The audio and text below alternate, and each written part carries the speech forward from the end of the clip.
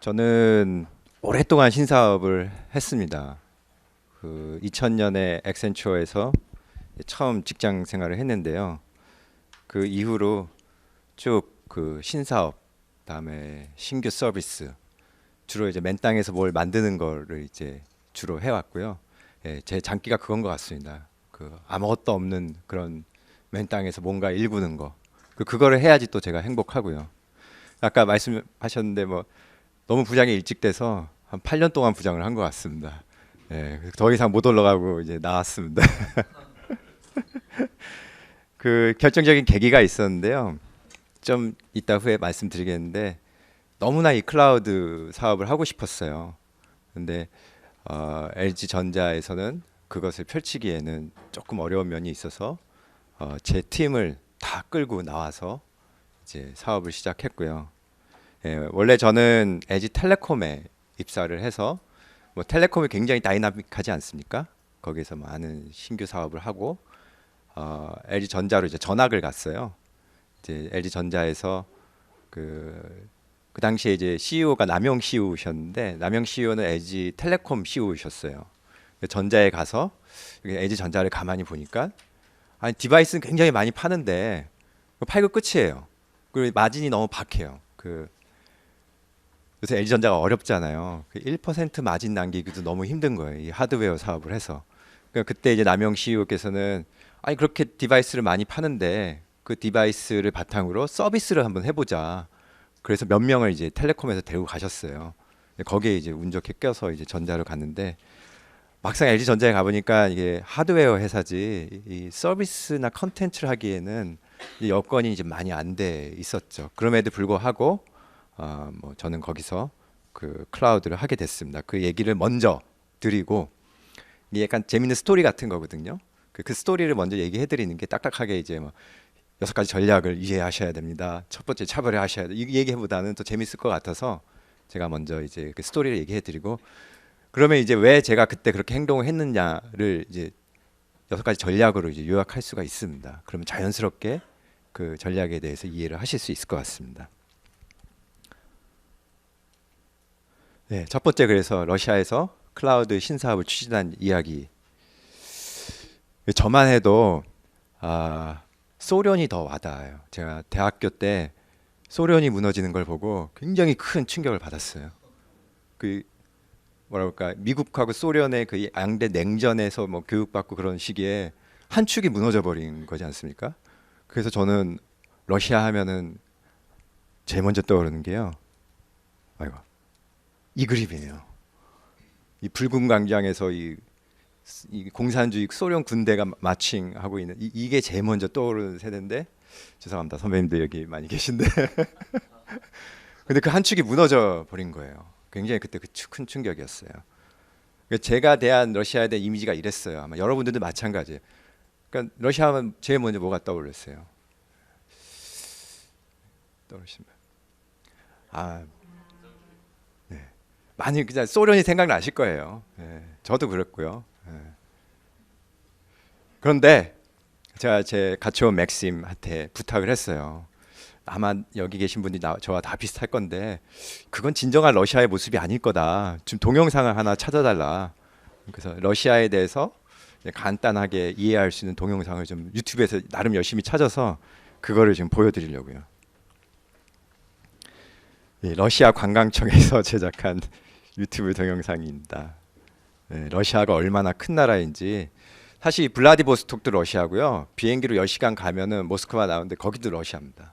굉장히 큰 나라입니다. 제가 드리고 싶었던 말씀은 러시아라는 나라가 굉장히 크고 많은 민족들이 있고 우리가 알고 있는 거는 굉장히 단편에 불과하다라는 말씀을 드리고 싶었고 그 상태로 이제 혼자 러시아에 갔습니다.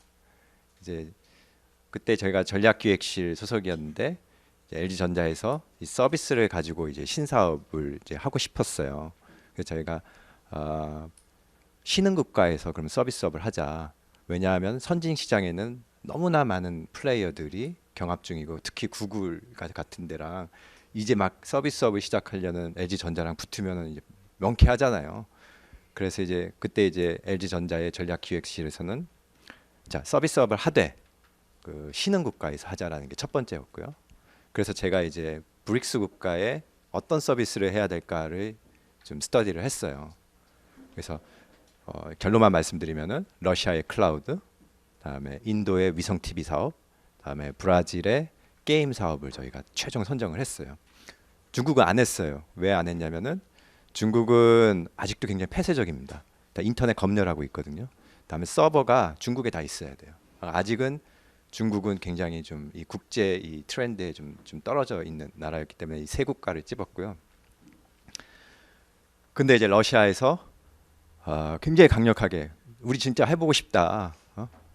그 CEO의 방침에 따라서 우리가 제일 먼저 한번 해보겠다 손을 들은 거예요. 근데 우리가 하드웨어만 팔아봤지 영업만 해봤지 우리 뭐 서비스 뭐 컨텐츠 하나도 모르겠고 당신이 이거 하라고 했으니까 당신이 좀 나와서 해달라 해서 러시아에 가게 된 거였고 그때 러시아에 간 저희 수준이 이 정도 수준이었어요.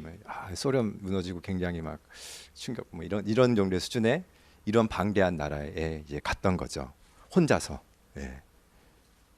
혼자서 뭘 하겠습니까? 예. 근데 다행히 이 맥심 그 당시만 해도 조금 젊었어요. 머리 꽁지를 묶고 다니고 여기 지금 맥심 있습니다. 예. 맥심이 제가 첫 번째로 뽑은 친구입니다. 예. 두 번째로 뽑은 게 드미트리였고요. 맥심을 대구에서 LG전자에서 엄청난 돈을 줬습니다. 구글 몸값이 굉장히 비싸거든요. 예.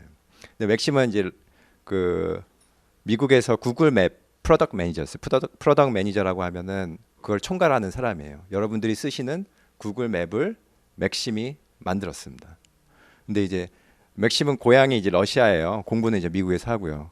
그래서 이제 뜻한 바 있어서 난 고향으로 돌아가겠다. 이제 러시아로 갔는데 LG전자에서 채용을 한 거죠. 예, 참고로 저보다 몇 배 많은 연봉을 받고 LG전자에 있었습니다. 예. 이 두 사람을 통해서 이 뒤에 보시는 이 나머지 사람들을 이제 그 채용을 하게 됐고요. 잠시 후에 이제 전략에서 말씀드릴 텐데 신사업을 하려면은 핵심 역량을 확보를 해야 됩니다. 핵심 역량이라는 것은 기술일 수도 있고, 그다음에 그 기술을 아는 사람일 수도 있고, 내가 가진 게 없다면은 그런데 그 어떤 사업을 하고 싶다면은 그 핵심 역량을 어떻게 해서든지 확보를 하셔야 돼요. 그러니까 저는 제가 그 러시아 인더스트리에 대해서 뭘 압니까? 아무것도 모르고, 그다음에 거기 아는 사람도 없고, 혼자 이제 이걸 하겠다고 가니까는 법인에서는 그 범인장님만 제외하고는 저보고 다 미쳤다고 그랬어요. 이 클라우드가 아직 2010년도에 용어 자체가 낯설었어요. 저 익숙한 용어가 웹하드였죠. 우리나라에서는. 아니 용어 자체가 이제 없던 시절에 그런 걸 하러 한국도 아닌 러시아에서 하겠다니 다 미쳤다고 그랬죠. 네. 자, 이때 필요한 게 뭐냐면은 열정입니다. 제가 이 책에서 굉장히 강조를 하는 게 전략 중요하고 프로세스 중요한데 또 다른 한 축, 제가 책에서 많이 다루지 못했지만 정말로 중요한 게 여러분의 열정입니다. 제가 그거를 이제 그 사업가 DNA라는 표현으로 이제 책에다 얘기를 하고 있어요. 저는 신념이 있습니다. 신사업을 하기 위해서는 일반 기업의 오퍼레이션 매니저는 신사업을 하면 안 됩니다.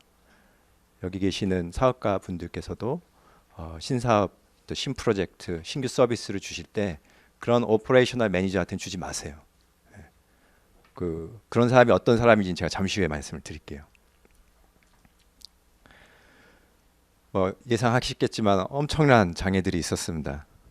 첫 번째로 저희 그 솔루션 업체를 데리고 제가 좀 생각이 얄팍했죠. 혼자 나가는데 맨땅에 만들기 어려우니 한국의 웹하드가 강력하니까는 우리나라 웹하드 업체 하나 솔루션 이렇게 가지고 가서 그거를 이제 소위 말하는 로컬라이제이션, 이제 아주 적나라하게 말하면 언어만 바꿔서 내려고 했습니다. 그래서 그 업체랑 이제 저희 맥심이랑 붙여놨더니 난리도 아니었어요. 이 러시아 엔지니어들의 특성이 자기 고집이 강하고 이제 좋게 말하면은 신념이 있어요. 내가 생각하는 프로덕트를 구현을 해야지 남의 걸 그대로 갖다 뺏기려고 하지 않더라고요. 근데 이제 더 큰 문제는 LG전자는 대기업이기 때문에 모든 소유권을 가져야 돼요. 그러니까 여기서 나온 산출문, 심지어는 그 회사의 소스 코드까지 다 가져야 되거든요. 근데 그 회사는 그걸 주면은 어떻게 먹고 살 수가 없잖아요. 그래서 결렬이 됐어요. 그때 이제 제가 굉장히 공황 상태에 빠졌죠. 일은 저질렀는데 솔루션은 이제 없어지고. 그래서 제가 항상 플랜 B를 준비하라는 이제 얘기를 또 드릴 텐데요. 그게 이제 여기서 이제 출발한 경험이 되겠습니다. 근데 다행히 그 저희 친구들, 그러니까 맥심을 비롯한 저희 엔지니어들이 우리만의 한번 클라우드를 해보자. 남의 거 갖다가 이렇게 심는 거 말고 우리 만들 수 있다 하고 저를 설득을 하더라고요. 그래서 제가 처음에는 야, 그 말이 안 된다. 이게 안정화시키고 다음에 고객의 피드백을 받아서 개선하고 얼마나 많은 이터레이션이 있었는데 니들이 이걸 어떻게 만들겠냐. 처음에는 말도 안 된다고 제가 그냥 너 빨리 가서 그 업체 설득해서 다시 하게 하자라고 했었어요. 그래서 저를 그렇게 집요하게 설득하더라고. 할 수 있다고. 그리고 만약에 이렇게 하드웨어가 문제가 된다면은 아마존이라는 기술이 나왔어요. 그때 AWS, 아마존 웹 서비스라는 기술이 나왔는데 그거를 도입하면은 이 하드웨어 자체도 우리가 기술이 없어도 남의 거 빌렸으면 된다. 그런 얘기를 하더라고요. 지금은 아마존 많이 쓰잖아요. 여러분들 많이 아시죠? 그러니까 스타트업 하시는 분들은 옛날처럼 서버를 사서 데이터 센터에 심고 거기에다가 플랫폼을 포팅하고 그 위에 어플리케이션을 만드는 이 지난한 작업 이제 안 하셔도 돼요. 이 뒷단은 전부 AWS 쓰시면 됩니다. 네. 근데 이번에 더 큰 일이 터졌어요. 이게 뭐냐면은 2010년도에 남영구 회장님께서 이제 물러나십니다. LG전자가 워낙 그 스마트폰에서 이렇게 성과를 못 내서 구본준 CEO가 이제 오시고 그것도 임기 중에 원래 LG는 문화가 연말에 인사를 다 해요. 굉장히 그때 충격적인 일이었어요. 중간에 CEO를 갈아버린다는 게. 그리고 나서 그 남 CEO께서 영입했던 모든 외국인들을 다 내보냅니다. 그때 LG전자가 굉장히 많은 외국인 CXO들, 예를 들면 CSO, CMO, CFO를 제외한 모든 C 레벨들을 다 외국인으로 채웠었거든요. 전부 내보내고 남 부회장님이 추진했던 모든 프로젝트가 다 중단되게 됩니다. 저희 것도 당연히 중단이 됐고요. 저는 이제 CFO한테 이제 자료 제출 요구를 받았죠. 그러니까 왜 하게 됐으며 이거 하면 뭐가 좋아지는 것이고 그다음에 돈은 어떻게 벌 거냐. 한 설득하는데 한 달 정도 걸렸습니다. 근데 다행히 저는 살아남았어요. 그런데 이제 법인장님께서 이제 CEO가 이제 바뀌시고 나니까는 이 프로젝트에 대한 열정이 사라지신 거죠. 해야 될 이유가 사라진 거예요. 그렇지 않습니까? 약간 정치적인 얘기를 해서 제가 여기까지만 말씀을 드릴 텐데 그래서 법인에서 돈줄이 끊겼어요. 그래서 제가 한 게 저는 여기에 대한 신념이 있었기 때문에 클라우드 세상은 반드시 온다. 그럼 우리가 지금 돈이 없는 상태에서 어떻게 이 프로젝트를 끌고 갈 수 있을까? 제가 역으로 본사에 그래서 세일즈를 갔습니다. 그래서 법인장님 약간 모르게 그 본사에 세일즈를 가서 저희 그 TV를 만드는 사업부하고 다음에 핸드폰을 만드는 모바일 사업부에 가서 저희 시제품을 보여주고 그 당시에는 이제 시제품이 있었거든요. 그 조금만 우리한테 비용을 대주면은 우리가 이 프로젝트를 끝낼 수 있으니 보험 드는 셈 치고 저희를 도와달라. 근데 여기서 중요할 게 계속 책에서도 얘기를 하는데 내 상품이 좋다는 얘기를 하지 마시고 그 상대방한테 하셔야 되는 얘기가 이게 당신을 어떻게 도와줄 것인지 상대방의 이득에 집중하라는 겁니다. 그러니까 맨날 가봐서 내 상품이 좋으니까 이거 꼭 하셔야 됩니다 하면은 그 사람은 별로 관심이 없어요. 여러분이 상품에 좋은 거에 대해서. 그분이 관심인 거는 그게 나를 어떻게 도와주는데 에 관심이 있습니다. 그 어떻게 도와주는 거에 대해서 제가 이거 하시면은 TV가 많이 팔립니다. 왜 많이 팔리냐면요. 이게 이제 N 스크린이라고 이제 디바이스들끼리 이제 연동이 되거든요. 이제 요새 전자회사들이 많이 하는 게 이 디바이스들을 다 묶으려고 해요. 그러니까 예를 들면 스마트폰에서 찍은 사진이 바로 스마트 TV로 보이는 거예요. 아무것도 하지 않았는데. 그러면 고객들은 이제 새로운 가치를 느끼거든요. 이거를 가지고 제가 이제 TV를 이제 설득을 한 거죠. 이거 하면 TV 많이 팔린다. 거꾸로 이 내용을 가지고 모바일 쪽에 가서 모바일에서만 보던 사진이 TV에서도 보이니까는 이거는 그 모바일 폰 파는데 도움이 될 수 있다라고 또 설득을 해서 양쪽에서 좀 돈을 받아왔습니다. 또 이거를 가서 저희 이제 본사 마케팅한테도 얘기를 하고 그 돈을 가지고 저희가 연명을 했는데 많이 보시는 게 이게 전자회사다 보니까는 이런 서비스 컨텐츠를 일회성 마케팅으로 보시는 거예요. 한번 이렇게 한번 붐 일으키고 이제 잊어버리는. 예. 실제로 그런 케이스들 몇 건 있어요. 예전에 이제 삼성 TV에서 광고 기억하실 텐데 그 TV가 막 사람의 마음을 어떻게 읽고 그 엄마가 좋아하는 뭐 요리, 아빠가 좋아하는 드라마였나? 뭐 TV 선전 아마 기억나실 거예요. 삼성 스마트 TV 하면서 굉장히 스마트하게 TV가 당신이 원하는 거를 알려준다. 그리고 나서 지금 이제 사라져 버렸어요. 그 서비스가 다 접혔거든요. 이제 초기에서 그랬고 약간의 그 유저 익스피리언스가 이제 나빠서 호응이 없어지니까 이렇게 어느 듯이 이렇게 사라져요. 그러니까 전자회사에 마케팅하는 사람들은 아직도 이런 마인드가 있는 거예요.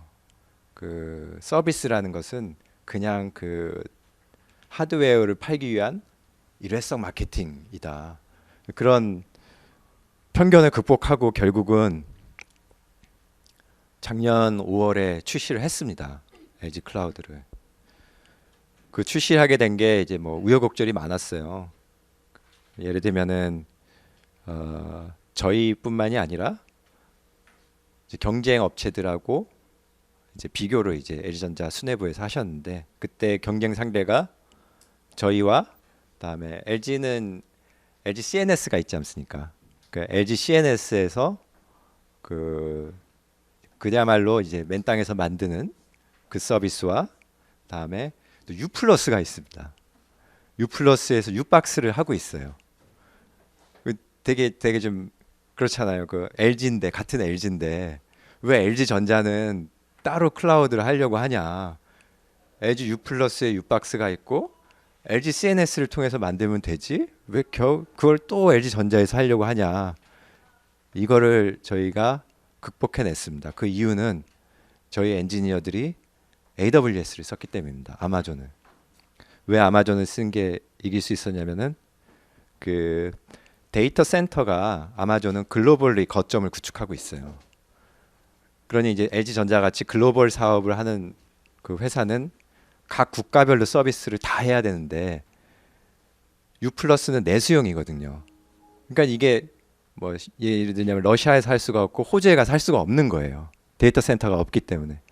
근데 저희 같은 경우에는 아마존을 이제 뒷단을 썼기 때문에 그 아마존이 구축한 데이터베이스를 활용할 수가 있었죠. 근데 CNS는 자동 차략된 거는 너무 비쌌기 때문에 맨 땅에서 이렇게 그걸 다 만들려면은 그렇게 해서 저희가 선정이 돼서 5월 달에 출시를 한 거죠. 근데 궁금하지 않으세요? 삼성은 왜 클라우드가 안 나왔을까요? 그런 생각 해보신 적 없어요? LG도 하고 남들도 하는데 왜 삼성은 안 했을까? 왜 드롭박스를 쓸까? 여러분 저기 갤럭시 3, 뭐 4 사시면은 드롭박스 50기가 공짜 주잖아요. 왜 삼성 클라우드를 안 할까? 제가 이렇게 한국에 와서 업체들을 만나서 실제로 그 삼성에 돌아갔던 프로젝트를 보니까는 삼성은 시도를 했었어요. 근데 이제 삼성이니까 좀 더 원대하게 아마존이 했던 거를 하고 싶어 했던 거예요. 그러니까는 이 뒷단의 모든 인프라를 그러니까는 세계 각 거점에 삼성의 데이터 센터를 세우고 거기에 다 하드웨어를 깔고 그거를 안정화시키고 하려고 했었어요. 근데 이제 뭐 예측하시겠지만 그게 쉽게 되는 게 아닙니다. 예. 그래서 뭐 최근에 들은 얘기는 거기 참여하는 업체들끼리 뭐 소송 중이라는 얘기는 제가 들었습니다. 그러니까 결국 삼성은 뭐 뒷단 백엔드를 못하고 드롭박스라는 미국 업체를 가지고 지금 이제 그 어플리케이션을 그 갤럭시에 쓰고 있죠. 되게 웃긴 게 또 뭐냐면요. TV는 슈가싱크를 쓰고 있어요. 모바일은 드롭박스를 쓰고 있고요. 근데 이게 N스크린이 돼야 되잖아요. 그 사진을 찍으면 TV에서 나와야 되잖아요. 근데 TV에서 드롭박스를 써야지 맞는데 엉뚱하게 슈가싱크를 쓰고 있는 거예요. 저는 그 예측은 거기도 역시 TV와 모바일이 굉장히 싸우고 있구나. 그게 굉장히 큰 문제였던 것 같아요. 같은 회사면은 모바일에서 하면은 TV도 같이 하고 그래야 되잖아요. 근데 LG전자도 그렇습니다. 사실 많이 싸웁니다. 모바일하고 TV하고요. 그럼에도 불구하고 저희가 LG 클라우드를 할 수 있었던 거는 모바일이 완전히 저희는 거의 망가지다시피 했어요. 스마트폰이. 그래서 전부 TV 주도로 했기 때문에 이 N스크린이 가능했고, 이거를 이제 삼성 같은 경우에는 양쪽 부서에서 다 이렇게 이니셔티브를 주고 싶었겠죠. 그렇기 때문에 이렇게 통일되지 못한 굉장히 이 분열된 모습의 클라우드를 제3자를 통해서 하고 있는 거죠. 혹시 제가 말씀드리는 게 너무 이쪽 그 클라우드에 좀 편향돼서 좀 어렵다던가 뭐 그런 건 없으세요? 예, 너무 이제 기술적인 얘기들이 나와서 예, 좀 그렇게 좀 걱정이 되는데, 예, 그래서 결론은 출시를 했습니다. 출시를 해서 모양을 보여드리면은 LG전자의 lgecloud.com에 가시면은 현재 이 서비스가 40개국에서 되고 있고요. 예, 모양은 이렇습니다. 저희가 이 TV가 제일 중앙에 있죠. TV에서 돈을 내서 그렇습니다.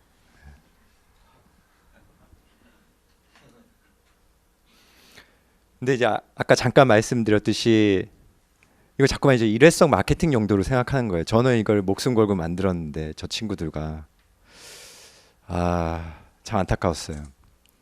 그리고 모든 엔지니어링 기반을 한국으로 이전하라고 하더라고요. 그러면 저희 그 제가 뽑은 그 10명의 팀원들은 어떡합니까? 예. 저한테 넌지시 얘기를 하더라고요. 정리했으면 좋겠다.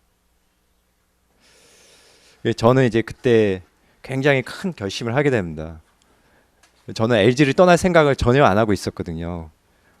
제가 한 9년 반 정도 LG에 있었는데 LG에서 계속 성장할 것만 생각했지, 나와서 제 사업을 한다는 거는, 원래 저는 참모였고 전략을 하던 사람이었고, 근데 이때 인생의 결정적인 어떤 계기를 맞게 됩니다. 그게 또 호기 때문은 아니었고요. 그 기회를 명확히 봤습니다. 첫 번째 기회가 저희가 LG전자에서 만든 이것을 솔루션화해서 다른 LG전자와 비슷한 제조사나 아니면 통신사에 한번 팔아보자. 이게 첫 번째로 이제 저희가 잡은 기회였고요. 두 번째, 약간 기술적인 얘기긴 한데 아마존이 지금 너무 세지 않습니까? 거의 업계 표준이 돼버렸어요. 그러니 이제 LG나 삼성 같은 곳에서는 이제 아마존이 두려워지기 시작한 거예요. 혹시 나의 민감한 정보들이 저 서버에서 안전하게 잘 있을까? 누가 보지는 않을까? 너무 아마존이 내 걸 다 이렇게 하는 것 같은데. 그래서 그러니까 아마존을 저희가 이제 퍼블릭 클라우드라고 하는데요. 거기에 이제 어떤 대항하는 프라이빗 클라우드, 기업이 보유한 클라우드들이 뜨기 시작합니다. 근데 이제 거기 기술이 있어야 되잖아요. 그 기술이 오픈스택이라는 기술이 이제 출현을 하게 됐고, 이 오픈스택에 저희가 굉장히 정통한 엔지니어들이 많습니다. 이것도 조금 위에 들을 건데, 그러니까 한국은 오라클, IBM의 상용 솔루션 갖다 쓰는 게 굉장히 익숙하잖아요. 근데 지금 세계는 오픈 소스로 가고 있습니다. 자, 클라우드는 오픈스택이 표준이 돼가고 있고요. 빅데이터는 하둡이라는 기술이 표준이 돼가고 있습니다. 근데 여기에 정통한 엔지니어들이 저희가 가지고 있었기 때문에 나가 사업을 해도 되겠다 하고 보시는 아까 그 멤버와 제 카이스트 후배를 꼬셔서 창업을 하게 됩니다. 그래서 ASD라는 회사를 만들었고 한국과 러시아에 창업을 하고 그동안의 지혜를 모아서 클라우드 아이크라는 그 솔루션을 만들었습니다. 많은 분들이 질문하시는 게 LG에서 그거 다 갖고 나오게 합니까? 예, 물론 LG가 어떤 곳인데 그걸 갖고 나오게 합니까? 예. 모든 소스 코드는 전부 다 LG에 있고 저희는 이제 나와서 복기를 한 거죠. 그동안 우리가 만들었으니까는 다시 만들 수가 있는 거죠. 그래서 시행착오를 많이 겪었던 거를 다시 개선을 하면서 이 cloudike.com 들어가시면은 실제로 보실 수가 있습니다. 저기다 컴만 붙이시면은 저희 사이트가 나오고요. 이제 화이트 레이블이라는 것은 쉽게 말씀드리면은 당신의 브랜드를 쓸 수 있다라는 거고요. 예를 들면은 그 AT&T가 이 클라우드를 만들고 싶으면은 클라우드아이크가 아니라 AT&T 클라우드가 되는 거죠. 그러니까 브랜드를 우리 고객사 브랜드를 붙여주겠다는 것이고 저희는 솔루션을 거기에 이제 납품을 하는 거죠. 그 왜 이 솔루션이 필요할까? 그냥 만들면 되지. LG도 만들었는데 왜 우리라고 못 만들까? 제가 2년 걸렸습니다. 이거 하는데. LG전자가 한 50억 썼고요. 이게 이제 뭐 굉장히 가벼운 분들이시만 이렇게 하면 됩니다. 예. 근데 대부분의 회사들이 이렇게 하기가 좀 어렵죠. 예. 통신사라고 할지라도 부담스럽습니다. 실제로 이 클라우드 서비스로 돈 벌고 있는 것은 아무것도 없습니다. 예. 제가 이 책을 쓰면서 약 7명의 그 우리나라 통신 임원들을 만나서 클라우드 담당 임원들인데 거기도 다 돈을 못 벌고 있었고요. 심지어 드롭박스도 돈을 못 벌고 있습니다. 그래서 계속 지금 추가 펀딩을 받고 있잖아요. 그러니까 이게 완전히 이제 치킨 게임 뭐 가다시피 해서 누가 여기서 살아남느냐. 그 여기서 살아남으려면은 4% 이상의 유료 가입자 전환율이 있어야 돼요. 그러니까 100명이 들어오면은 공짜 고객 96명이더라도 4명은 유료 고객을 만들어야 되거든요. 그 4명 만들기가 너무 힘든 거예요. 드롭박스가 비슷한 4%를 맞추고 있고 나머지들은 뭐 1% 언더라고 보시면 됩니다. 지금 뭐 T클라우드, U클라우드, U박스 다 숫자를 밝히기가 뭐 민망할 정도로 다 돈을 못 벌고 있습니다. 근데 거기에 이렇게 많은 돈을 쓰기가 부담스러운 거죠. 이 고객한테 저희가 이렇게 이제 다가갔던 겁니다. 6개월 정도의 기간과 3억에서 7억 원 정도의 개발비라면 클라우드 서비스를 할 수 있다. 이거를 저희가 이제 소구를 했던 거고요. 그래서 저희가 메가폰이라는 러시아의 이통사를 고객으로 만들 수 있게 되었습니다. 클라우드 아이크는 개인용 클라우드 버전이 있고요. 그게 이제 좀 전에 보여드렸던 LG 클라우드와 그 메가폰은 러시아의 2등 통신사입니다. 그 6천만 가입자를 가지고 있고요. 지금 전체 순위는 1등, 2등 왔다 갔다 하는데 지금 2등 정도 되는 회사가 되겠습니다.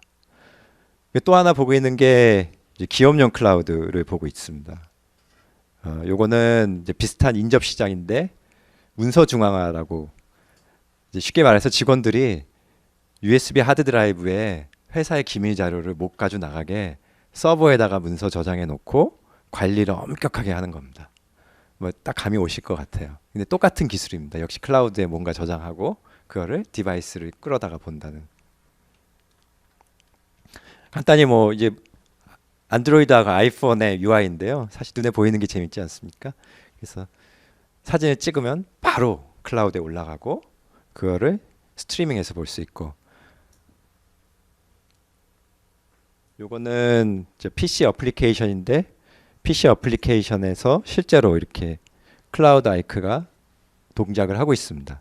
동작을 하면서 여러분들이 이제 파일을 끌어다가 이 탐색기에다 갖다 놓으면은 알아서 자기가 클라우드라 동기화를 하고요. 동기화가 되면은 이렇게 파란 체크마크가 뜹니다. 그거는 내 PC하고 클라우드하고 똑같은 파일이 있구나. 그다음에 내 안드로이드나 아이폰으로 이렇게 똑같은 파일을 볼 수가 있습니다. 저 같은 경우에는 PC를 여러 대를 쓰는데요.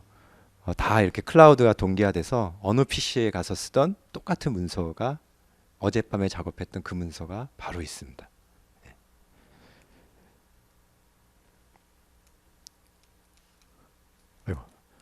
요거는 이제 저희 웹사이트인데 여기서 조금 말씀드리면은 이 웹도 HTML5라는 기술이 이제 표준화가 되고 있습니다. 근데 그동안 우리나라는 플래시와 액티브엑스와 엄청나게 무겁게 웹사이트를 만들었었죠.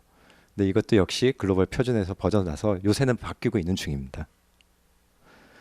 재밌는 거는 이제 공유 폴더를 해서 내 폴더를 이제 친구한테 공유를 시키면은 친구가 똑같은 그 파일들을 이제 볼 수가 있는 거고요. 협업이 이제 가능하게 되겠습니다. 제가 조금 이 기술적인 내용들을 좀 줄일게요. 이거는 말씀드렸던 그 러시아의 그 케이스고요. 저희의 첫 고객이 된 회사가 되겠습니다. 자, 여기서 재밌는 게 두 개의 차이점 보이세요? 한국 유저들의 스타일은 저렇게 막 그래픽이 많이 들어간 걸 좋아합니다. 근데 밑에는 이제 아주 심플한 걸 좋아하죠.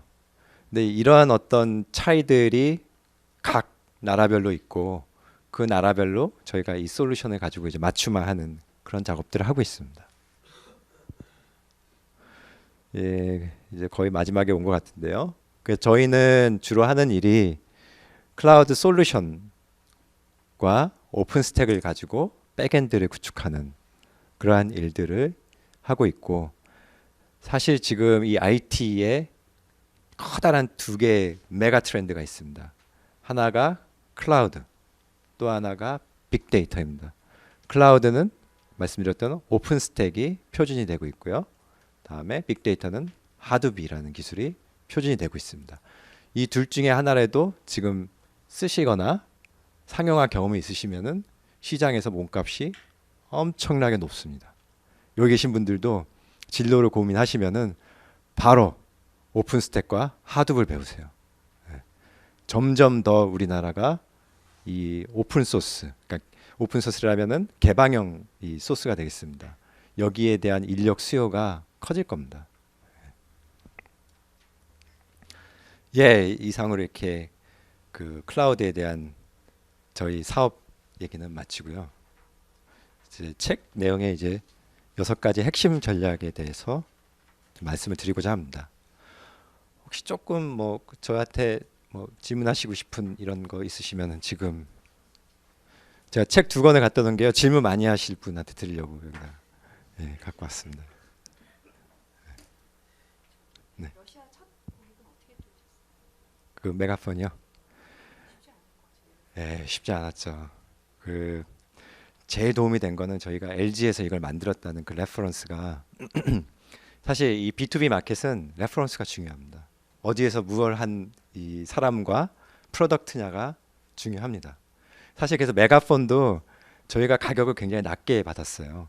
왜냐하면 LG를 나와서 첫 고객이지 않습니까? 이 첫 고객이 돼야 되거든요. 이제 두 번째가 이제 메가폰이 되니까 옆 인접 나라 지금 우크라이나의 그 우크레인 텔레콤이라고 있습니다. 거기 우리나라 KT 같은 곳인데요. 바로 저희 넥스트 고객이 조만간에 될 것 같습니다. 네.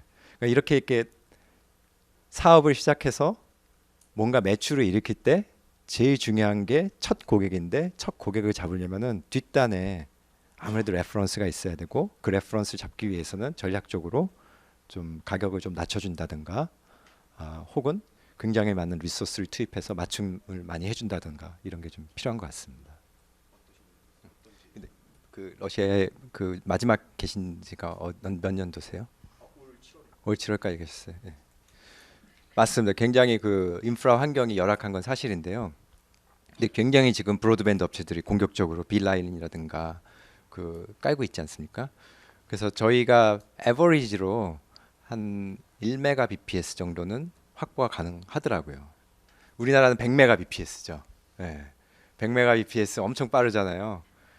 근데 이 1메가bps로 하기에는 분명히 한계가 있습니다.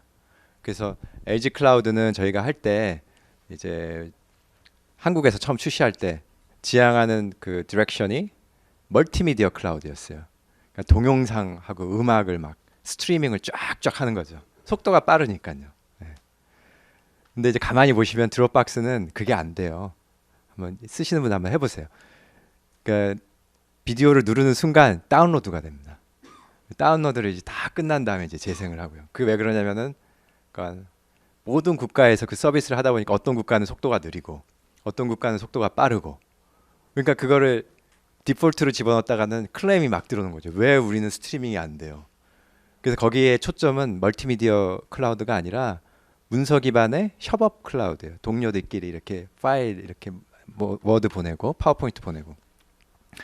그러니까 저희가 그걸 너무나 잘 알고 있거든요. 그래서 이 메가디스크는 멀티미디어 지향이 아니라 드롭박스와 같은 문서 협업 위주의 클라우드였어요. 근데 이제 어떤 국가에서, 예를 들면 호주에서 우리 이거 되게 하고 싶다. 근데 우리는 멀티미디어여야 된다. 그랬을 때 아마존을 쓰면 안 됩니다. 왜 안 되냐면은 호주에는 아마존 데이터 센터가 없어요.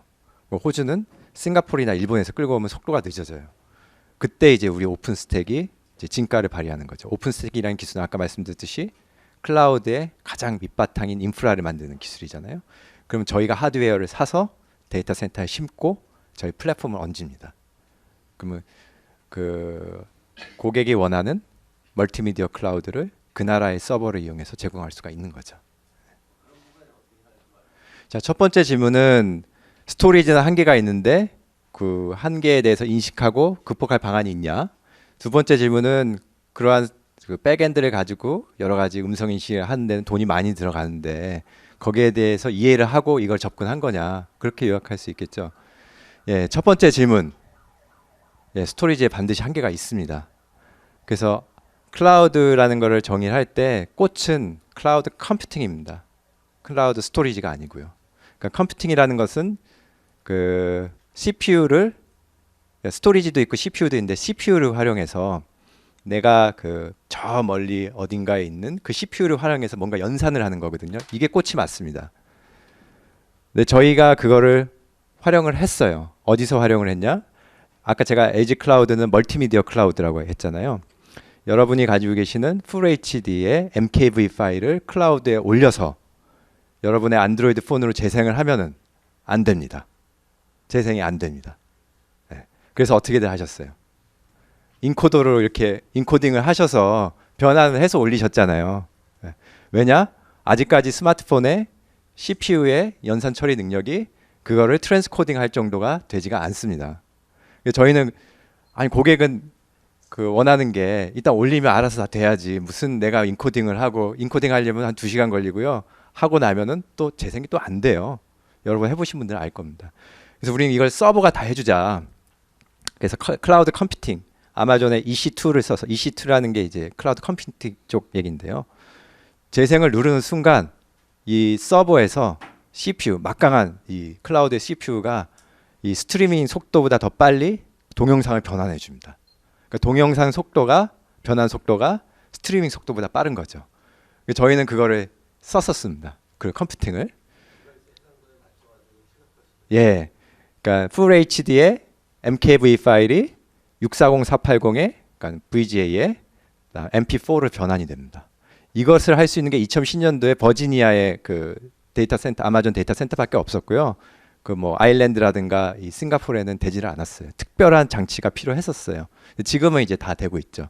그러니까 이렇게 진짜 클라우드의 꽃은 스토리지보다는 이 컴퓨팅입니다. 그러니까 저희가 지금 프로젝트 하고 있는 게 그러니까 휴먼 지놈 프로젝트. 그러니까 이건 뭐냐면은 인간의 그 지놈 게놈이라 게놈을 그거를 이제 엄청나게 방대한 데이터가 나와요. 그 생명과학 회사에서 하게 되면 그거를 이제 오픈 스택을 만들고 스토리지에 이제 저장을 하는 거죠. 이것까지는 저희가 컴포터블하게 했죠. 두 번째로 그 회사가 요청한 게 그 저장된 정보를 처리를 하고 싶다라는 거예요. 연산을 해서 정말 우리가 원하는 지식으로 전환을 하고 싶다. 그래서 요때 저희가 한번 진정한 EC2를 활용한 그 컴퓨팅을 사용을 했었습니다. 두 가지 이제 케이스를 가지고 있고요. 말씀하신 대로 클라우드는 스토리지보다는 컴퓨팅이 꽂힌 건 맞고요. 아주 대표적인 예가 클라우드 게임 요새 많이 얘기하잖아요. 클라우드 게임이라는 게 모든 게임에 대한 연산을 이 그 단말기에서 하는 게 아니라 다 서버에서 합니다. 그 계산 결과를 그냥 뿌려주는 겁니다. 아주 대표적인 이제 클라우드 컴퓨팅의 예가 될 수 있겠죠. 그러니까 저희 뭐 답을 드리면 한 두 가지 경우로 스토리지 외에 컴퓨팅을 써봤고 업계에서는 클라우드 게임이라는 게 아주 대표적인 이 컴퓨팅을 사용하는 것이고요. 두 번째, LG전자가 과연 그렇게 돈이 많이 들어가는 것을 알았느냐? 몰랐습니다. 몰라가지고 이렇게 돈 많이 들어가는 걸 과연 우리가 할 수 있겠다는 그런 얘기가 지금 굉장히 많았고요. 그리고 이제 회사가 좋아야지 참 돈이 많이 벌리고 삼성처럼 뭐 분기에 10조씩 나면 얼마나 좋겠어요. 근데 LG전자는 1년에 한 1조 2천억 법니다. 삼성은 분기마다 10조씩 버는데 한 40조 대 뭐 1조 2천억 게임이 안 되죠. 그러니까 자꾸만 이제 비용을 절감하는데 아까 제가 말씀드렸듯이 야 우리가 하드웨어 잘 팔아야지 이 서비스 만드는 이거에 투자를 제일 먼저 줄이죠. 네. 참 안타까웠습니다. 저는 그때. 근데 저는 답을 찾았습니다. 저 나름대로의 답 6가지 답입니다. 왜 실패하냐? 대부분의 경험들을 보면은 자신의 영역이 아니고 자신의 영역이 아닌 것까지는 좋아요. 근데 내 영역이 아니면은 핵심 역량을 확보했어야 되는데 그거를 하지 않는 상태에서 그냥 막연한 어떤 희망, 막연한 어떤 그러한 장밋빛 생각으로 이 시장에 진입했을 때는 대부분 실패하더랍니다. 두 번째는 차별화가 굉장히 중요한데 이런 얘기 많이 들었잖아요. 차별화 중요하다. 근데 제가 여기서 하고 싶은 말은 고객이 인정하는 차별화입니다. 여기에 대해서는 제가 잠시 후에 말씀드릴게요. 고객이 인정하는 차별화에 성공을 해야 되고 근데 그렇게 못했을 경우에는 실패하더라. 그다음에 유연성을 말씀드렸는데 처음에 세운 계획을 끝까지 밀고 가는 거죠. 신념 좋죠. 끝까지 상황이 변했는데도 그러면 망합니다. 다음에 신사업에 맞는 사람이 있습니다. 그 신사업에 맞는 사람을 찾지 못하고 조직에서 네가 한번 해봐. 당신이 그래도 제일 고참이 한번 해봐. 그러면은 또 망합니다. 자금 확보는 너무 명쾌해서 넘어갈게요. 그리고 제가 액센추어에 4년 있었는데요. 제일 그때 배운 교훈이 이제 영어로는 그 think big, start small, and scale fast. 이게 무슨 얘기냐면은 크게 생각을 하되 시작은 작게 하랍니다. 대신에 빨리 키워라. 작게 시작하고. 액센추어가 뭐 기억하시겠지만 이 비즈니스에서는 뭐 제일 잘했었어요. 그때 제가 확실하게 배운 게 딴 건 뭐 다 잊어버렸는데 저거 하나는 제가 기억하고 있습니다. 첫 번째 핵심 역량에 대한 사례인데 되게 복잡해 보이죠. 이게 어떤 거였냐면 제가 이제 우리나라의 모 조선과 중공업을 하는 회사에 프로젝트 매니저로 투입이 돼서 거기서 이제 난 배만 만들 게 아니라 내가 로봇을 만들겠다. 원대한 꿈이지 않습니까? 로봇을 만드는 프로젝트에 참여를 했습니다. 근데 그 회사는 로봇을 굉장히 많이 잘 만들고 있었고 그 조선소의 배를 만들 때는요 철판을 이렇게 절단을 합니다. 절단을 한 다음에 그 절단된 철판을 다 용접을 해서 만들거든요. 근데 처음에 이제 대조, 중조, 소조가 있는데 대조는 큰 철판을 반듯하게 용접을 합니다. 아주 크게. 사람이 그거를 뭐 계속 일일이 안 해도 로봇이 하면 굉장히 효율적이겠죠. 여기에 이거를 도입을 했습니다. 그래서 이미 로봇을 하고 있고 엔지니어들도 있고 아주 잘하는데 이 프로젝트를 이렇게 한 거예요. 저는 처음에 그렇게 잘 하는데 왜 프로젝트를 할까? 로봇을 하는 데는 여기 저기 보이시는 그 운동, 센싱, 제어 이게 세 가지 큰 축입니다. 보시면 전방형 구동 힐, 사운드 로컬라이제이션, 자율 학습을 통한 대상체 인식 이게 이제 요소 기술들이고요. 이 요소 기술들을 하나하나 저희하고 디파인을 했어요. 이 로봇 사업을 하기 위해서는 무슨 기술이 필요하나. 거기에 그치지 않고 중급, 고급, 초급의 엔지니어를 몇 명이나 확보할 것인지, 언제까지 얼마로 확보할 것인지 이렇게 아주 디테일한 계획을 그때 세웠죠. 그냥 아무것도 안 하는 회사가 아니라 이미 너무나 잘 하고 있는 회사에서 이 정도의 플랜을 세우고 접근을 했습니다. 반대로 드리고 싶은 거는 그러면은 그렇게 잘하는 회사도 로봇이라는 신사업을 할 때 이렇게 준비를 하는데 처음에는 회사는 얼마나 더 철저하게 준비를 해야 될까요?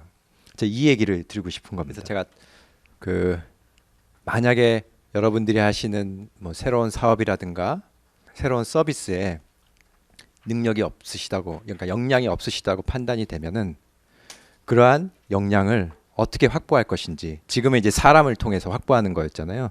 그게 아닐 수도 있어요.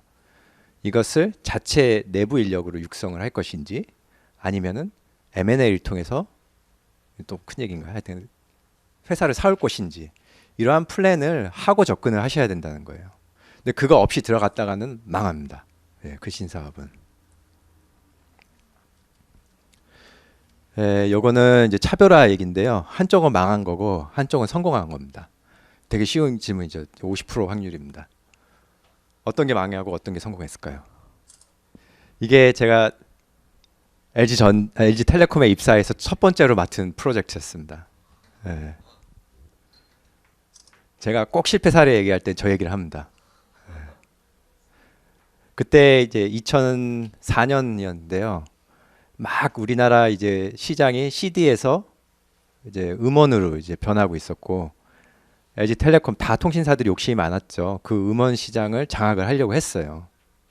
근데 경쟁사들을 보니까 전부 다 온라인만 하고 있는 거예요. 그러니까 이제 차별화를 해야 되잖아요. 경쟁사 어떻게 차별할까? 그래, 우리는 오프라인까지 하는 거야.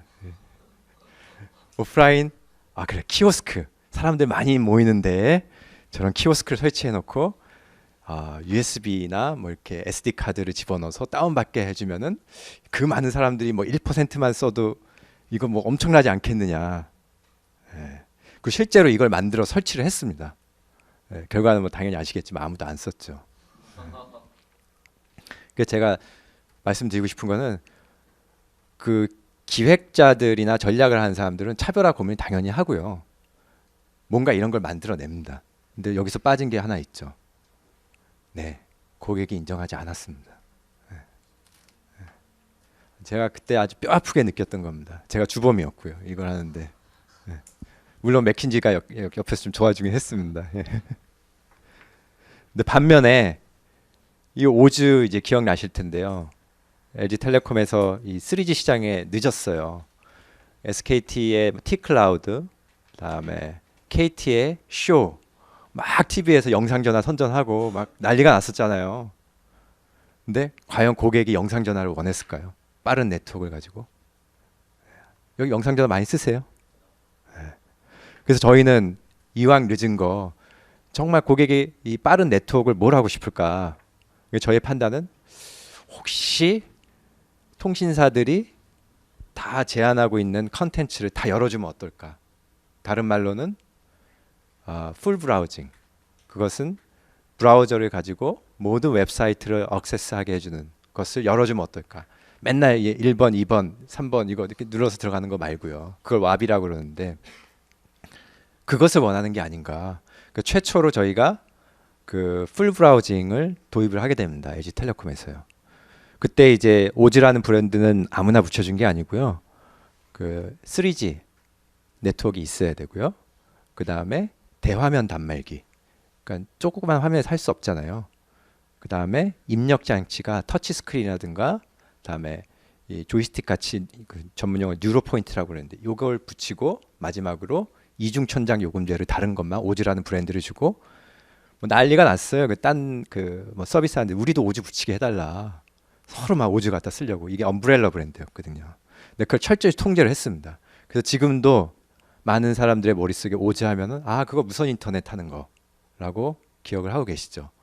그래서 이 오즈가 시장에서 반향을 일으켰고 비록 저희가 이제 3G 시장에 늦었지만에도 불구하고 이 오즈로 어느 정도 어떤 3G에서도 LG가 뭐 나름 하고 있다. 그 전에는 존재감이 없었죠. KT 쇼하고 T 라이브 할 때요. 근데 이거는 정말 고객이 원하는 게 뭘까? 영상 전화가 아니라 무선 인터넷이라는 답을 가지고 들어갔을 때죠. 자, 이거는 이제 뭐냐면 아까 유연성에 대한 말씀을 드렸잖아요. 이건 제가 그린 게 아닙니다. 이거 누가 그렸냐면요. 그 브렛 갬빌이라는 제 상사, 그 LG전자에서 CSO를 맡은 양반이 제가 이제 텔레콤에 딱 오니까 너 잠깐 일로 와봐. 내가 생각하는 신사업은 이런 거야. 이 양반이 신사업을 많이 해보셨어요.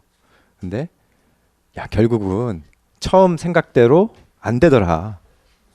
많이 방향이 변하더라. 이게 이제 실리콘밸리에서는 피보팅이라고 그래요. 이 변하는 거를. 근데 대부분 이제 이러고 싶죠. 특히나 이제 신념이 강하고 추진력이 있으신 분들은 내가 생각한 것들을 바꾼다라는 게 굉장히 어려워요. 저도 어려웠던 적이 많고요. 그거는 저를 부정하는 일이거든요. 처음에 제가 그거라고 말했는데 바꿔야 되잖아요. 근데 그러셔야 합니다. 언제? 상황이 변할 때는 그렇게 하셔야 됩니다. 시장이 너무 빨리 변하고 있잖아요. 그때는 시장 상황에 맞춰서 스스로를 변화시키는 게 너무나도 필요합니다. 안 그러면은 여러분의 동료와 여러분의 회사와 여러분 자체가 너무나 힘들어지죠. 저 같은 경우에는 처음에 그 말씀드렸던 웹하드 솔루션 업체를 쓰려고 하다가 중간에 이제 방향을 완전히 바꾸지 않았습니까? 아마존을 쓰는 걸로. 이러한 결정을 그때 너무나 괴로웠어요, 저는. 제가 처음에 하려고 했던 거를 이제 바꾼다라는 거에. 하지만 그렇게 하셔야 될 때가 시장이 변화할 때, 이때는 반드시 그러셔야 됩니다. 제가 예전에 그 주 LG 저희 지주 회사거든요. 거기에 신사업 그 TF 발표회 간 적이 있어요. 근데 그 TF의 결론이 뭐냐면은 신사업 팀을 만들어서 신사업을 본격적으로 검토해보자였어요. 좀 이상하지 않으세요? 그 TF가 신사업 검토하라고 만든 건데 결론이 신사업 TF를 만들어서 본격적으로 검토하자. 되게 이상했어요, 저는. 그러니까 보통 이렇게 TF를 할 때 이제 계열사에서 차출을 해요.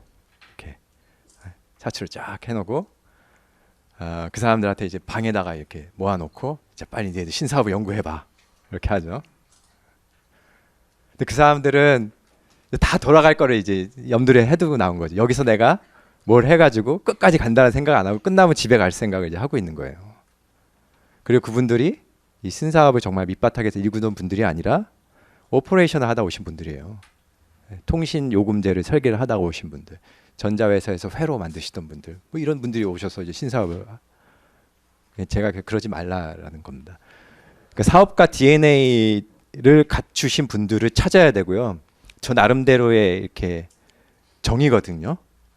제가 생각하는 사업가 DNA는 열정이라는 말이 굉장히 그냥 하나라도 이렇게 사업을 한번 개척해 볼 경험이 있거나 의지가 있으신 분, 그런 경험이 있으신 분. 다음에 신사업이라는 게 굉장히 많은 사람들을 이렇게 설득하고 조율해내야 되거든요. 그 조율하는 능력. 다음에 정말로 실험 정신이 강해야 됩니다. 이런 걸 테스트해보고 새로운 걸 해보고 이런 거를 좋아해야 되는데 그런 게 이제 부담스러운 분들이 있으세요. 그러니까 데일리 오퍼레이션 이런 게 편안하신 분들이 있고 특히 대기업에서 그 말이 있잖아요. 영어로 된 부서 가지 말아라. 그리고 새로 만들어진 부서 가지 말아라. 어떻게 될지 모르니까. 그런 분들이 신사업 하시면 안 됩니다. 그 얘기를 제가 좀 압축해서 한 거고요. 신사업은 신사업에 맞는 리더가 이끄는 것이 굉장히 중요하다는 말입니다. 예. 이거는 이제 자금 확보에 대해서 얘기를 하다가 열정이라는 거를 이제 돈을 만드는 데도 이제 열정이 필요하다라는 말씀을 드렸는데요. 제가 그의 어떤 적나라한 그 한가운데 있었던 것 같습니다. 아까 말씀드렸듯이 중간에 모든 자금 지원이 끊기지 않았습니까? 그러니까 대부분의 사람들이라면 거기에서 이제 그만두고 윗분들이 말하시는 대로 아마 뭐 정리를 했을 겁니다. 근데 저는 우호 세력을 찾았어요. 나를 도와줄 수 있는 사람이 누군가. 그리고 집요하게 그 TV하고 모바일을 만드는데 찾아가서 내 제품이 좋다라고 설득한 게 아닙니다. 제가 설득한 거는 내게 당신을 어떻게 도와줄 수 있는지를 집요하게 파고들었어요.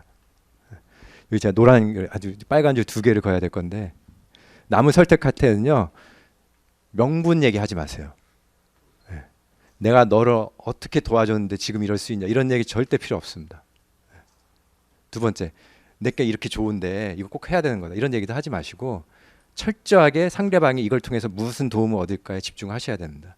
그게 제가 극단에 몰렸을 때 깨달은 어떤 경험이 되겠습니다. 제가 계속 아래 걸 누르네. 제 마지막으로 6가지 전략 중에 그 크게 꿈꾸고 작게 시작하다라는 말씀을 드리고 싶은 건데요. 보시면은 큰 그림이라는 게 뭐 비전, 아키텍처, 추진 체계 사실 되게 굉장히 어려운 말들이긴 하죠. 근데 한 번쯤은 내가 이 사업을 통해서 얻고자 하는 목표가 무엇인가, 비전이 무엇인가 생각해 볼 필요가 있고, 그거를 하기 위해서 전략은 어떻게 가져갈 것인지, 추진 체계는 어떻게 가지고 갈 것인지 고민을 하셔야 됩니다. 하지만 너무 거기에 이렇게 매몰돼서 그게 다 준비될 때까지 내가 뭐 팀원도 없고 돈도 없고 이건 좀 더 준비해서 하자가 아니라, 시작은 아주 작게 하시는 게 이 스피디한 세상에서 굉장히 필요한 것 같습니다. 그리고 그걸 계속 테스트를 해보시고 스케일링을 하시는 것이 지금 우리가 사는 이 엔스크린과 클라우드와 빅데이터 세상에는 적합한 어프로치인 것 같습니다. 이렇게 못했을 때 이제 많은 회사들이 어려움에 처했었죠. 이제 여기까지 이제 좀 요약을 해드리면은, 첫 번째 핵심 역량, 두 번째 차별화, 세 번째 유연성, 네 번째 어울리는 사람, 다섯 번째 자금 확보, 여섯 번째 크게 꿈꾸고 작게 시작하라.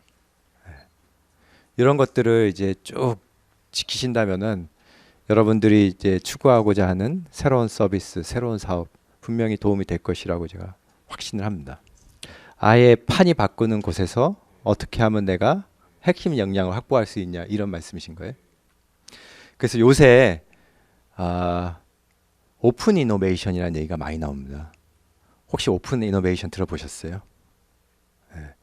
그 오픈 이노베이션은 나 혼자 모든 걸 하지 말고 같이 이렇게 다 어울려서 그 혁신을 이루자라는 것이고, 거기에 가장 대표적인 예가 커넥트 앤 디벨롭먼트라고 있습니다. 그것은 무슨 얘기냐면은, 이 개방된 커뮤니티에서 좋은 사업 아이템이나 기술을 가지고 있는 회사를 발굴을 해서 큰 회사가 커넥트 하는 겁니다. 가져오는 거예요. 그리고 거기서 디벨롭을 합니다. 그 말씀하셨듯이 그렇게 많이 판이 바뀌는 것에서는 내가 자동차만 하고 있었는데 완전히 새로운 분야는 잘 모르잖아요. 그럴 때는 좋은 회사, 좋은 사람, 좋은 기술을 찾아서 가져와서 이식을 합니다. 그런 다음에 그거를 이제 개발하는 거를 커넥트 앤 디벨롭먼트라고. 그래서 아예 어떤 회사는 C&D 팀이라고 있는 데도 있어요. 커넥트 앤 디벨롭먼트 팀이라고. 주로 하는 일이 시장에 어떤 파괴적이고 혁신적인 거를 찾아다가, 대기업이니까는 그거를 대기업에 이식시켜서 그 대기업의 자금과 인력으로 이제 개발을 하는 거죠. 근데 저는 거기에 대해서 좀 약간의 컨선이 있습니다. 뭐냐면은 대기업의 문화가 그렇게 혁신적이고 자유스러운 사람들을 잘 지탱할 수 있는 문화가 아니에요. 제가 거기에 있어 봤잖아요. 차라리 저는 저 뒤에 이제 여기 조직 얘기에서도 나올 텐데요. 분리를 해주는 게 맞다고 봅니다. 그러니까 그 신사업을 하는 것은 기존의 조직에 흡수해서 그 사람들을 통제하려고 하지 말고 별도의 조직으로 따로 떼서 운영하는 게 맞다라고 저는 보고 있습니다. 요 얘기를 하면서 제가 말씀을 드릴게요. 요약한 겁니다. 신사업을 하는 대표적인 프로세스고, 이 프로세스는 대기업에서도 뭐 조금씩 베리에이션이 있지만은 거의 다르지가 않고요. 컨설팅 회사도 대부분 이 컨설팅 회사에 제일 많이 들어오는 게 아이디어 수집입니다. 제가 그래서 어떤 아이디어 수집 방법이 있는지 말씀을 드리고, 그 다음에 그걸 이제 우선순위화 해야겠죠. 그 다음에는 우선순위화 한 거를 타당성 검토를 합니다. 어떻게 타당성 검토를 하는지 제가 예를 들어서 말씀을 드릴 거고요. 다음에 하기로 했다면은 추진 체계를 이제 설립을 해야 되잖아요. 그래서 추진 체계를 설립하는 그 얘기와, 추진하고 나서는 실행과 점검을 해야겠죠. 요 얘기를 드리고, 마지막으로 어떻게 하면은 조직 내에서 또는 회사 내에서 이 사람들과 커뮤니케이션 할 수 있는지. 그러니까 신사업이 굉장히 외로운 길입니다. 그러니까 기존 사업 대비해서 관심도 너무 적고 지원도 적고, 대부분 저 신사업 한다고 그러면은 뭐 대부분 그렇죠. 또 그러고 있네. 이러다 말겠지. 대부분 또 컨설팅 업체 하나 끼고 들어오잖아요. 또 돈 낭비하는구나. 이것이 대부분의 현장에서 신사업을 바라보는 시각입니다. 그러니까 그러니까 주로 신사업은 어디서 합니까? 전략기획실에서 하죠. 신사업 기획실에서 하죠. 그럼 현장에서는 대부분이 또 엑스를 하고 있네 뭐 이러죠. 네, 대부분의 시각이 그렇습니다. 그런 시각들을 어떻게 하면 이렇게 극복하고 할 수 있는 그 커뮤니케이션 방법에 대해서 좀 말씀을 드릴 거고요. 이게 이제 대한상공회의소에서 신사업이 뭐가 제일 어렵습니까 했을 때 40%가 신사업 발굴입니다. 지금 컨설팅 업계에서 신사업 프로젝트를 하면은 제일 많이 하는 게 저 아이디어 발굴하는 거예요. 제가 그 여기에 대해서 꼭 드리고 싶은 말씀이 말씀드렸듯이 그 컨설팅 회사를 불러와서 신사업 프로젝트를 거창하게 합니다. 그리고 자 이게 신사업이야 하고 실행해 던져주잖아요. 이 케이스 제가 해봤고요. 두 번째 케이스는 약간의 그 사내의 행사를 엽니다. 그거는 이 직원들한테 아이디어를 받는 거죠. 이 아이디어들을 이벤트성으로 이렇게 하고 그렇게 하면 또 잘 안 되니까 숙제도 줍니다. 각 본부장들한테. 예. 숙제 검사도 하고요. 이렇게 해서 밑에서부터 바텀업으로 올라온 그것을 최종적으로 상을 주고 했던 그런 경험도 있습니다. 이 두 가지 중에 뭐가 성공 확률이 높을까요? 네, 당연히 후자 쪽이 훨씬 높았고요. 전자의 경우에는 아까 말씀드린 그런 반응들이 나옵니다. 후자의 같은 경우에는 가장 좋았던 게 뭐였냐면 이 구성원들이 그거를 하는 구성원들이 그거를 받아들여요. 그러니까 던져준 게 아니라 이것은 밑에서 나와서 결국 우리가 선택을 하고 경영진이 같이 또 선택을 하고 어떤 공감이라고 그럴까요? 사람을 움직이는 데는 저는 공감이 굉장히 중요하다고 봅니다. 그 공감을 전자는 끌어내지 못했던 거고 후자는 거기에 대해서 어느 정도 그 커미먼트를 받아냈던 거죠. 그 조금 더 신사업 아이디어를 좀 말씀을 드리면은 대부분의 이제 경우들이 나의 핵심 역량에서 이제 출발하려고 해요. 나의 핵심 역량. 그래, 우리 회사는 통신 사업을 하니까는 통신 사업이라는 거는 네트워크의 핵심 역량이지. 네트워크를 가지고 할 수 있는 게 뭐가 있을까? 대부분의 이렇게. 근데 제가 그 권해드리고 싶은 방법은 그 방법이 아니라 먼저 시장의 메가 트렌드를 좀 살펴보시라는 말씀을 드리고 싶어요. 그 얘기는 왜 드리냐면은 내 핵심 역량에만 제한이 되면은 맨날 비슷비슷한 아이디어가 나옵니다. 그리고 그거를 가장 잘 활용하고 있는 건 지금 현재의 내 사업이거든요. 그럼 프로젝트를 하면은 맨날 똑같은 결론이 나와요. 그러니까 좀 더 한 스텝 더 나가기가 굉장히 어려운 거죠. 제가 드리고 싶은 말씀은 그러지 마시고 시장의 기회, 시장의 변화, 규제의 변화, 경쟁의 변화에서 기회를 먼저 발굴을 하시고 거기에 필요한 역량을 아까 말씀드렸듯이 집요하게 확보하시는 방법이 내 핵심 역량만 활용해서 뭔가를 해보는 것보다는 더 효율적이다라는 말씀을 드리고 싶고 실제적으로 현재 대부분의 신사업 프로젝트는 과거의 핵심 역량에 기반한 신사업보다 그것을 그 인사이드 아웃이라고 하거든요. 그거보다는 아웃사이드 인 쪽으로 변하고 있습니다. 그거는 먼저 시장의 기회를 찾고 그 시장에 필요한 역량을 여러 가지 방법을 통해서 확보하는 그런 방법이 되겠고요. 뭐 여기 노란 얘기로 제가 설명을 한 것이고 이건 제가 실제로 그 2004년에 그 프로젝트를 하면서 썼던 방법입니다. 뭐 말은 많지만 뭐 결론만 말씀을 드리면은 첫 번째 아이디어 단위로 찾으려고 하지 마시고요. 제가 벡터라는 얘기를 썼는데 이 큰 영역을 먼저 찾으셔야 돼요. 내가 신사업을 어느 영역에서 하겠다. 현재 클라우드가 대세이고 그쪽이 메가 트렌드 10년이 갈 것인 내가 클라우드에서 하겠다라고 큰 영역을 먼저 잡으시고 그 다음에 그 뭐 영역이 여러 개 있지 않겠습니까? 그 클라우드뿐만이 아니라 큰 영역들이 여러 개 있는데 그 영역을 먼저 잡으신 다음에 아주 세부 아이디어로 내려가셔야 돼요. 여기 보시면은 일단 그로스 벡터라는 거를 먼저 찾았고요. 그 다음에 그 그로스 벡터 안에서 이 세부적인 기회들을 저희가 발굴을 하게 됩니다. 그 다음에 이제 말씀드렸던 그 우선순위를 하고 되고 상위에 어떤 두세 개의 아이디어를 선정을 해서 거기에다가 사업 타당성 검토를 할 수 있을 만큼의 딥다이브를 하게 됩니다. 이런 것들이 아주 일반적인 그 신사업 그 어떤 발굴하는 그리고 우선순위하는 그런 사례가 되겠고요. 이제 우선순위하는 아주 대표적인 아주 클래시컬한 그 방법입니다. 사업 매력도 한 축이 되겠고요.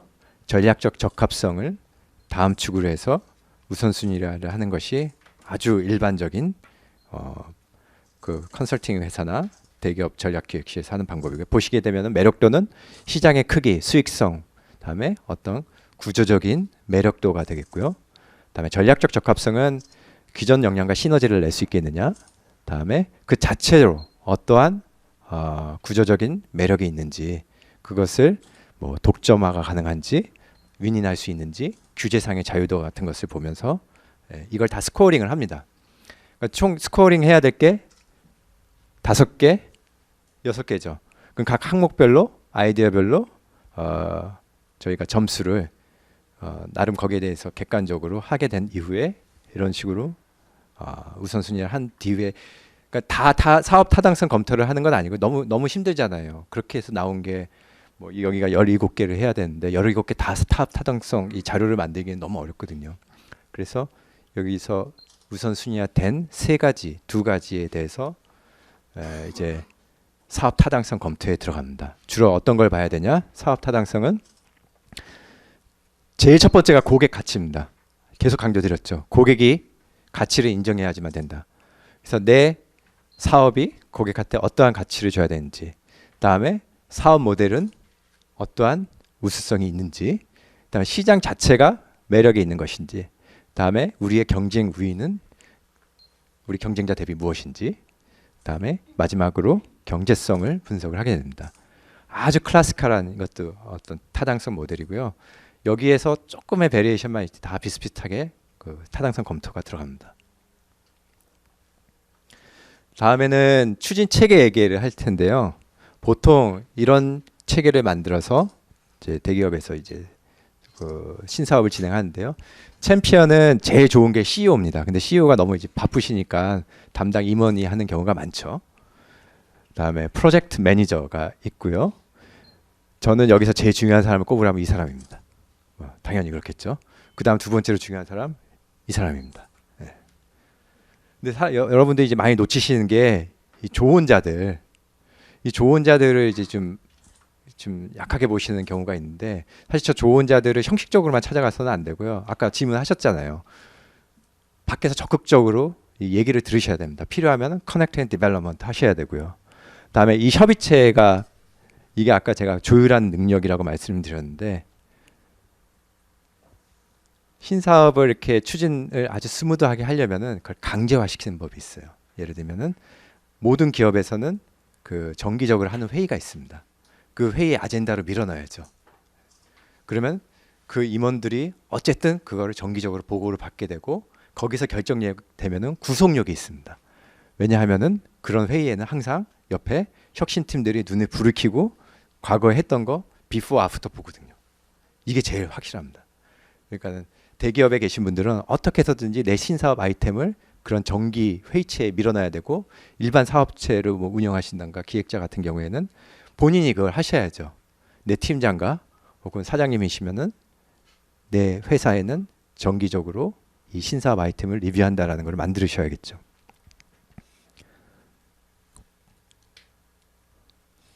자, 요거는 이제 커뮤니케이션인데요.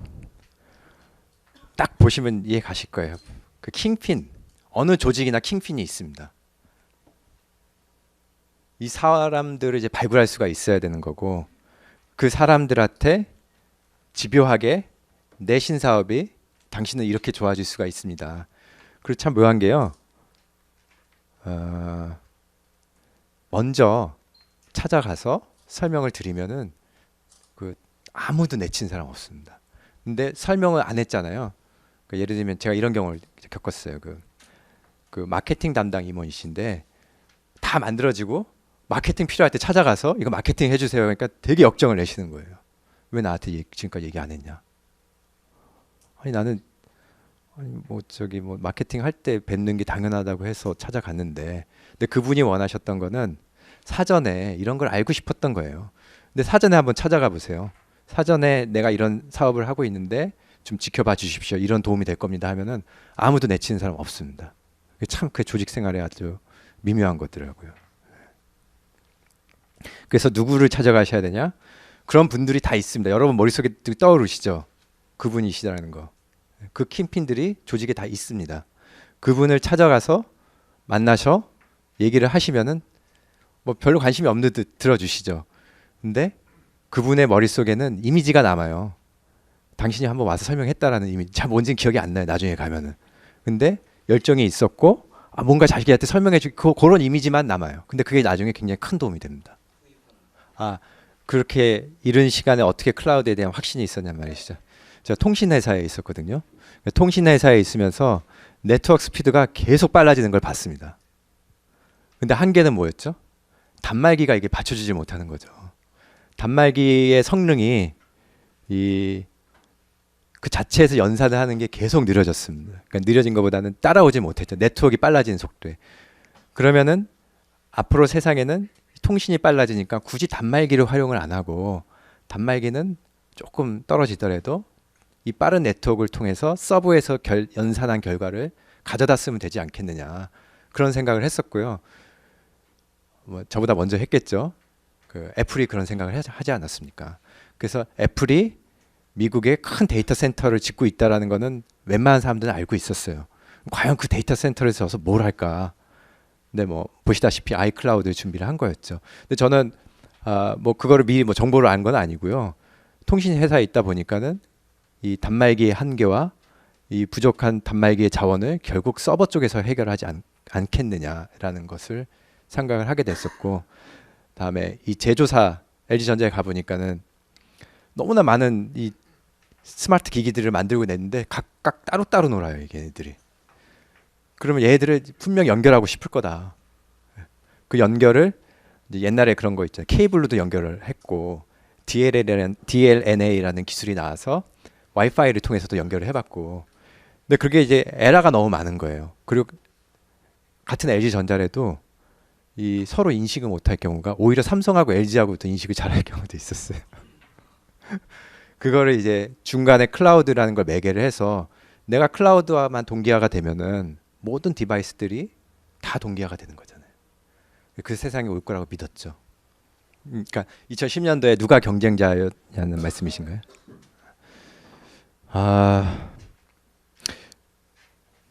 우리나라 웹하드 업체가 경쟁자라고 볼 수 있었겠죠.